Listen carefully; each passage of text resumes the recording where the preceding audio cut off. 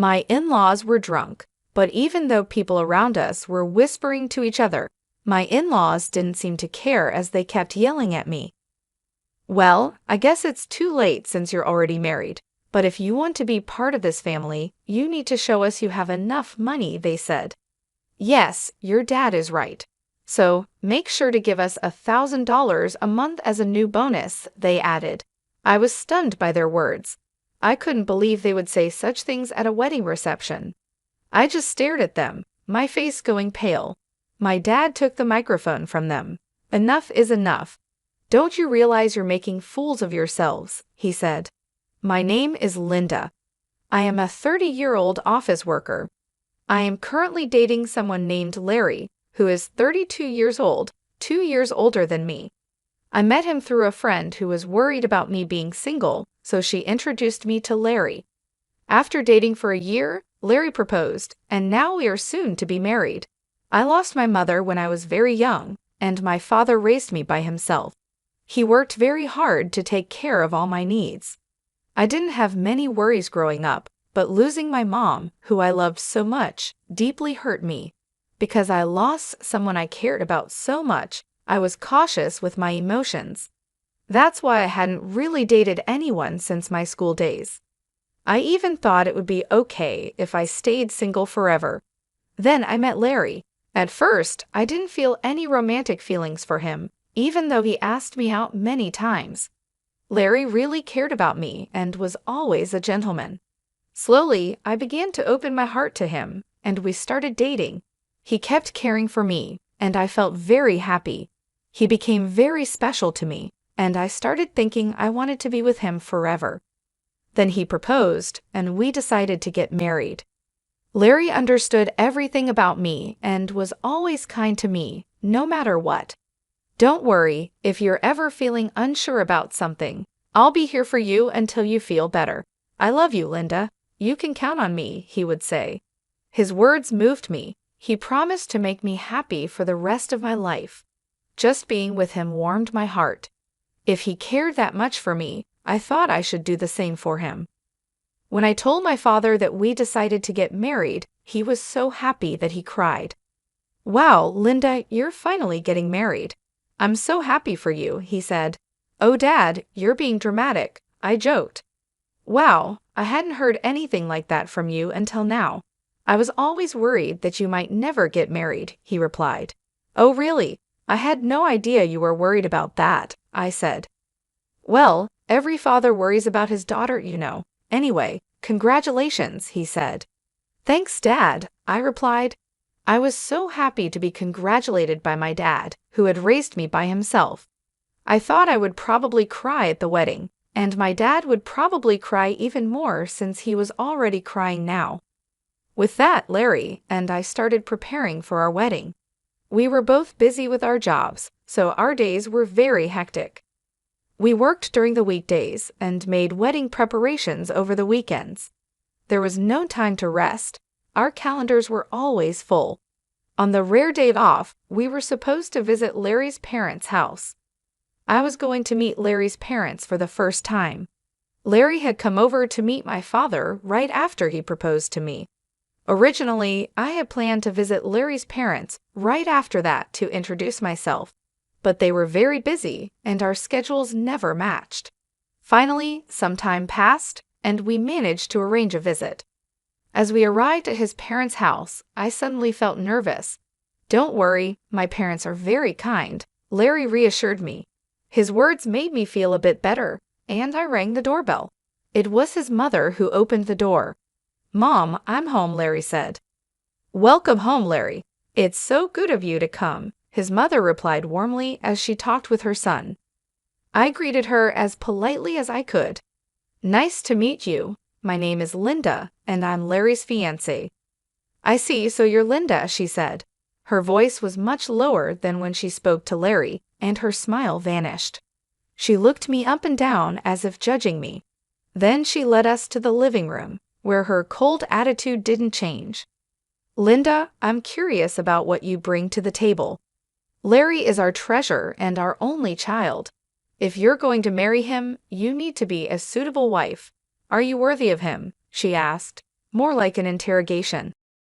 I was taken aback by her question. I hadn't expected such a cold attitude from my future mother-in-law and was at a loss for words. "You're going to join our family, you know. Are you ready for that?" she continued. True, marrying Larry meant joining his family. But it's not like Larry's family were the Kennedys or some well-known high society family. It's not like I was marrying into a royal family. Why was I being asked to make such a commitment? Besides, I wasn't even going to live with them. I don't like being pressured with questions like these. As I was thinking about how to respond, his mother seemed impatient with my slow reply and scolded me harshly. "When I ask you a question, answer me right away. You're so rude," she snapped.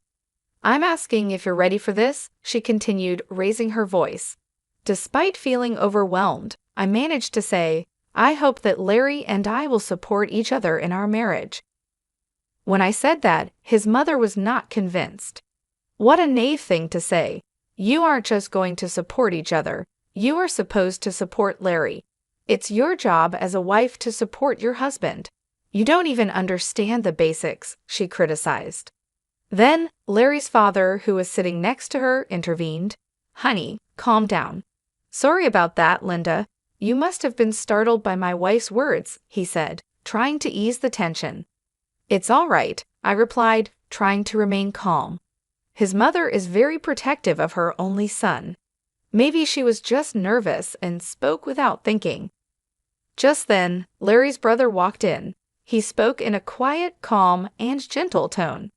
He seemed like a kind man, which gave me a moment of relief. But that relief was short-lived. With a smile on his face, he said the most unexpected thing. "What my wife says is actually justified. What concerns me the most is that you come from a single-parent family." "What do you mean by that?" I asked, confused. "Well, being raised by just one parent doesn't have a good public image. We can't be too happy to have such a person become the wife of our only son, can we?" he explained. "Hold on a minute," I said, unable to let this comment slide. "What is wrong with being raised by a single parent? My father worked very hard to raise me by himself. I am very thankful for my upbringing, and I am proud of my father. Being raised by a single parent doesn't make me any less valuable." But they still argued, since you were missing one parent, you couldn't have learned how to be a good wife, do housework, and such. I responded, "I did a lot of housework to help my father. I can also cook pretty well, so please don't say that."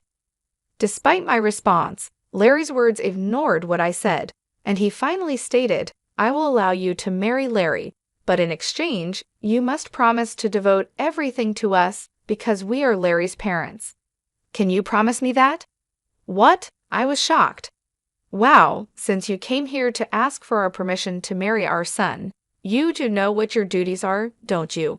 Before I could say more, he continued the conversation. I found that my in-laws had completely taken over the conversation, giving me little chance to respond. That night, as I thought more about the marriage, I decided to share my feelings with Larry. "Say, Larry, do your parents always talk to people like that?" "What about it?" Larry seemed unfazed. I was surprised that Larry didn't see anything wrong with what his parents had said to me. "Well, I mean, the way your parents spoke to me and what they said." "Oh, really? Well, they were just talking about whether you were ready for this marriage." "I get that your parents are worried about their son's marriage, but I feel like what your parents were saying was a bit too much." "Really? Why is that? My parents didn't say anything wrong. Besides, they've given us permission to get married, so don't worry about it." That's true, but I felt uneasy that Larry seemed to side with his parents more than with me, and that was very troubling. I guess he realized I was feeling unsure because he gave me a hug. "Linda, you don't have to worry so much. My parents are just a bit upset because their only son is getting married," he said. He spoke as if he didn't fully support me. "It's all going to be fine. Don't overthink it. I'm sure they just want what's best for us. They want us to be as good of a couple as they are. That's why they were a bit harsh." "Oh, really?" I replied. Like he said, maybe his parents have high expectations for us. But even if that's the case, I don't think it's right for them to belittle me because I was raised by my father. I don't think people who say such things make a good couple. We are the ones getting married, and we should be the focus, not their approval or disapproval. With that perspective, although I was still a bit upset, I decided not to dwell too much on his parents' opinions. Then, the day of the wedding arrived. We had many guests, including our relatives, friends, colleagues, and bosses. I walked down the aisle with my father, who had raised me all my life. Larry and I exchanged our vows and rings. We were met with applause, and for the first time, I truly realized that I was getting married to Larry. I felt a happiness I had never felt before as we walked into the reception hall. We made our way through the crowd, greeted by videos of us as part of the entertainment. It was a joyful time. I chatted with friends I hadn't seen in a while, and many people congratulated us. Despite my earlier worries about his parents, I was glad I had decided to marry Larry. I was glad we decided to have a memorable day. After the ceremony, we planned to officially register our marriage and Frank, and I would become husband and wife. I cherished every moment and felt so happy. Time flew by, and soon it was time for the final part of the event. The bride, groom, and both sets of parents lined up to greet the guests. But I started to feel uneasy because of Frank's parents. We were all supposed to be standing in line, but his parents were wobbly on their feet. If you looked closely, you could see that their faces were bright red. They had drunk too much. Some relatives asked if they were okay. My in-laws were clearly drunk, but we had to wrap up the ceremony and get it over with. The moderator handed the microphone to me and Larry. Suddenly, Larry's mother snatched my hand away from him and yelled at me like a professional wrestler in the middle of a challenge. Listen to me, Linda. After this wedding, you are going to devote yourself to us completely. Prepare yourself because we are going to test you really hard. The guests started whispering to each other, and some even thought it was a joke and laughed. Then, Larry's father grabbed the microphone. Linda, don't you feel embarrassed to wear a dress like that? It doesn't suit you at all. Dear, you should tell her the truth, his mother chimed in. As expected, the whispers among the guests changed in tone. I looked at Larry, hoping he would stop his father's rude comments.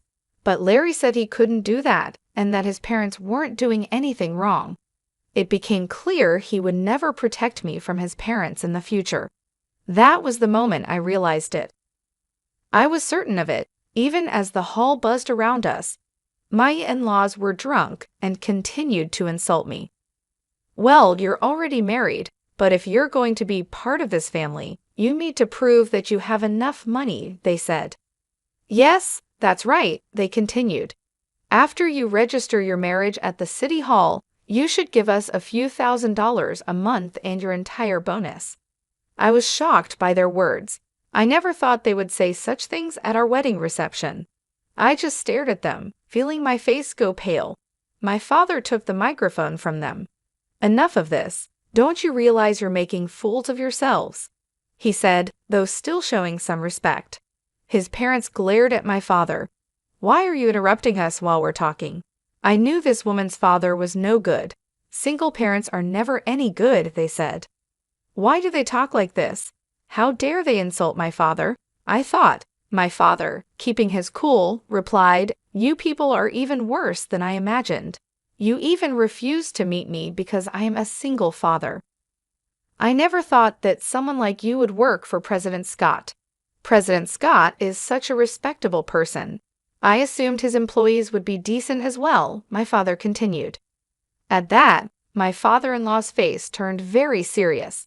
How do you know President Scott? He's a business partner of my company, and more importantly, an old friend of mine, my father explained. And speaking of single parents, President Scott was raised by his mother alone. So you just insulted the president of the company you work for. Seeing my in-laws' faces fall at my father's words, I realized they finally understood the mess they had gotten themselves into. I apologize, sir. Please don't tell the president about this, my in-law pleaded, suddenly falling to his knees. Just moments before, he had acted like he was in charge, but now he looked defeated, and I could hear laughter from the guests. Some even pulled out their cell phones to record the scene. No matter how much you apologize, you can't take back your words, my dad said. He walked over to me and asked if I wanted to go home with him. I said yes and took the microphone from Larry's hand. Thank you for the great entertainment, but there will be no marriage, I announced to Larry and his parents. And to everyone who attended, I will make sure to return the money you gave us for this occasion. Then I left the reception hall with my dad. I caught a glimpse of Larry and his parents looking dismayed, and soon after, his relatives rushed over with worried expressions on their faces. The place must have been in complete chaos. As I returned their money, I apologized to the guests. They all expressed sympathy for me and praised me and my dad for our actions, saying it was good that we weren't taken advantage of by such terrible people. Later, Larry's coworkers who had attended the reception must have spread the word about what happened at his company. Larry became known for having such unreasonable parents and was criticized for having a weak character. His embarrassment was so great that he resigned voluntarily. And of course, the president of my father-in-law's company found out about the incident. Larry's father was demoted and sent to an insignificant division of the company, transferred to a remote office in the countryside. I heard that Larry's family has been ostracized by all his relatives because of what happened at the wedding. While it's unfortunate, it really was their own doing, and sometimes things like that just can't be avoided. In the meantime, I've been using this opportunity to strengthen my relationship with my dad. We've been spending more quality time together, and it's helped me appreciate all he's done for me even more. One day, he sat me down for a serious talk. "Linda, are you interested in running the business?" he asked, looking at me with a mixture of hope and seriousness. "Do you mean?" I started, a bit unsure where he was heading with this. "Why don't you work towards becoming the president of my company?" he suggested. It was a big step, and he seemed to believe I was ready to take it on. "I'll do my best," I promised him, feeling a mix of excitement and nervousness. I decided then to focus on stepping up my game at work rather than getting entangled in romantic relationships for now. I wanted to prove to myself and to my dad that I could excel and perhaps one day be a great leader like him. Currently, I am deeply involved in learning everything I can at my dad's company. The work is challenging but fulfilling, and I'm determined to make the most of this opportunity. Reflecting on the wedding fiasco, it's clear that Larry's in-laws were quite unreasonable, turning what should have been a beautiful event into a spectacle. Thankfully, since the marriage wasn't officially registered, Linda myself in this scenario was spared from a legally binding mistake. Now, free from any marital ties, and with no looming in-law issues, I can focus solely on my career aspirations. It's a relief to know that out of a chaotic situation came a clear path forward for me. I look forward to what the future holds and am excited about the potential of leading the company. I wish myself all the best and hope that anyone watching this story can take something valuable from it. Thank you for staying till the end. Please consider subscribing if you enjoyed this story, and I hope to see you in the next video.